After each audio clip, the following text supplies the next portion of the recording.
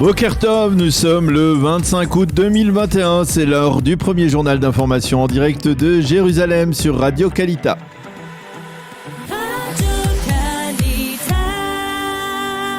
Et oui, direction nos studios à Jérusalem avec notre correspondant Daniel Haïk ce matin. Bonjour Daniel, et nous commençons ce journal par une disparition brutale, celle d'un député israélien qui était pourtant très actif.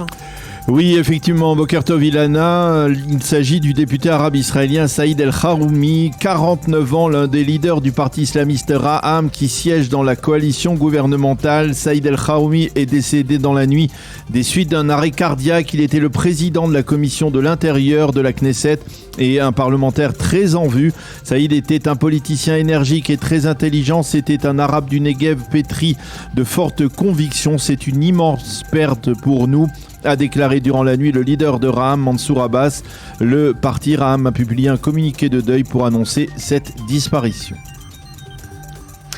Et puis l'actualité est également sécuritaire ce matin car on redoute un nouveau regain de tension aujourd'hui le long de la frontière entre Israël et la bande de Gaza. En effet, le Hamas a appelé à une journée de manifestation le long de cette frontière en perspective de la rencontre de demain entre Joe Biden et Naftali Bennett. Et pour éviter tout débordement de la part des manifestants, Tsahal a déployé des troupes le long de la frontière. Cependant, selon certaines sources, le Hamas aurait promis aux Égyptiens de cesser l'envoi de ballons incendiaires en direction du territoire israélien. Et puis le trou qui a permis Shabbat dernier à un Palestinien de tirer à bout portant sur le sergent-chef Barel Yihya Haradia Shmueli a été comblé. Quant à l'enquête sur ce très grave incident de Shabbat, elle a établi que Tsahal avait mal géré cette situation face aux émeutiers palestiniens. Désormais, l'armée va prendre soin d'empêcher tout Palestinien de s'approcher de la barrière de sécurité. Quant à l'état de santé du sergent-chef Shmueli, il reste critique et les médecins considèrent toujours que son pronostic vital est engagé. Et puis au chapitre diplomatique, le Premier ministre Naftali Bennett est arrivé dans la nuit à Washington en perspective de sa rencontre demain avec le président américain Joe Biden à la Maison-Blanche. Oui, Lana, et avant cette rencontre au sommet, il faut préciser que Naftali Bennett s'entretiendra aujourd'hui avec le secrétaire d'État américain Anthony Blinken à son hôtel. Le secrétaire d'État américain à la Défense Lloyd Austin au Pentagone et le conseiller à la sécurité nationale Jake Sullivan. À l'ordre du jour de ces consultations, bien évidemment, le dossier iranien ainsi que ses deux ramifications. La menace nucléaire qui selon les Israéliens est plus forte que jamais, mais également l'expansionnisme iranien en Syrie et au Liban, en particulier via l'action du Hezbollah et des gardiens de la révolution. Autre dossier qui sera au cœur de ces entretiens, les Palestiniens, ceux du Hamas dans la bande de Gaza qui font, on le sait, donc monter la tension, mais également ceux de Judée et de Samarie avec le délicat dossier de l'ouverture d'un consulat général américain à Jérusalem, spécialement pour la population palestinienne.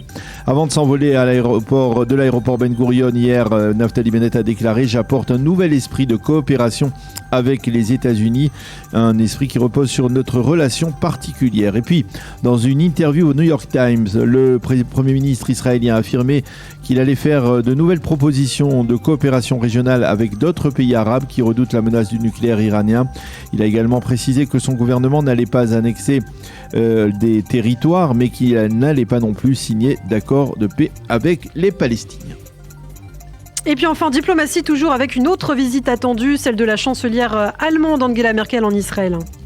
Oui, en effet, Angela Merkel est attendue en Israël samedi soir pour une visite d'adieu à quelques jours de son départ de la scène politique allemande et européenne. Dimanche, elle participera de manière exceptionnelle à la réunion du Conseil des ministres. Elle rencontrera le président Herzog, le Premier ministre Bennett et le chef de la diplomatie Lapid. Au cours de ces entretiens, le dossier iranien sera là encore prioritaire, mais l'autre grand dossier préoccupant sera également la résurgence de l'antisémitisme en Europe.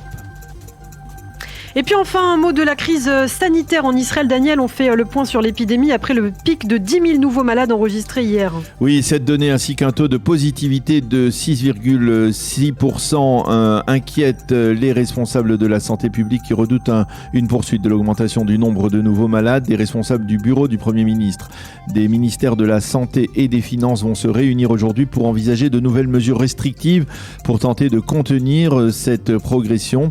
Avant de s'envoler vers Washington, Zion, le Premier ministre Naftali Bennett a demandé au ministre des Finances Avigdor Lieberman d'envisager des plans d'indemnisation pour les entreprises israéliennes qui pourraient être touchées par de nouvelles mesures restrictives. Ce sont des mesures qui pourraient toucher en particulier les salles de spectacle, de cinéma, de théâtre. Et sachez également, pour terminer ce journal, que le ministre de la Culture, Hili Troper, a exprimé son opposition à de nouvelles restrictions. Le passeport vert réclamé à l'entrée des salles est selon lui nettement suffisant.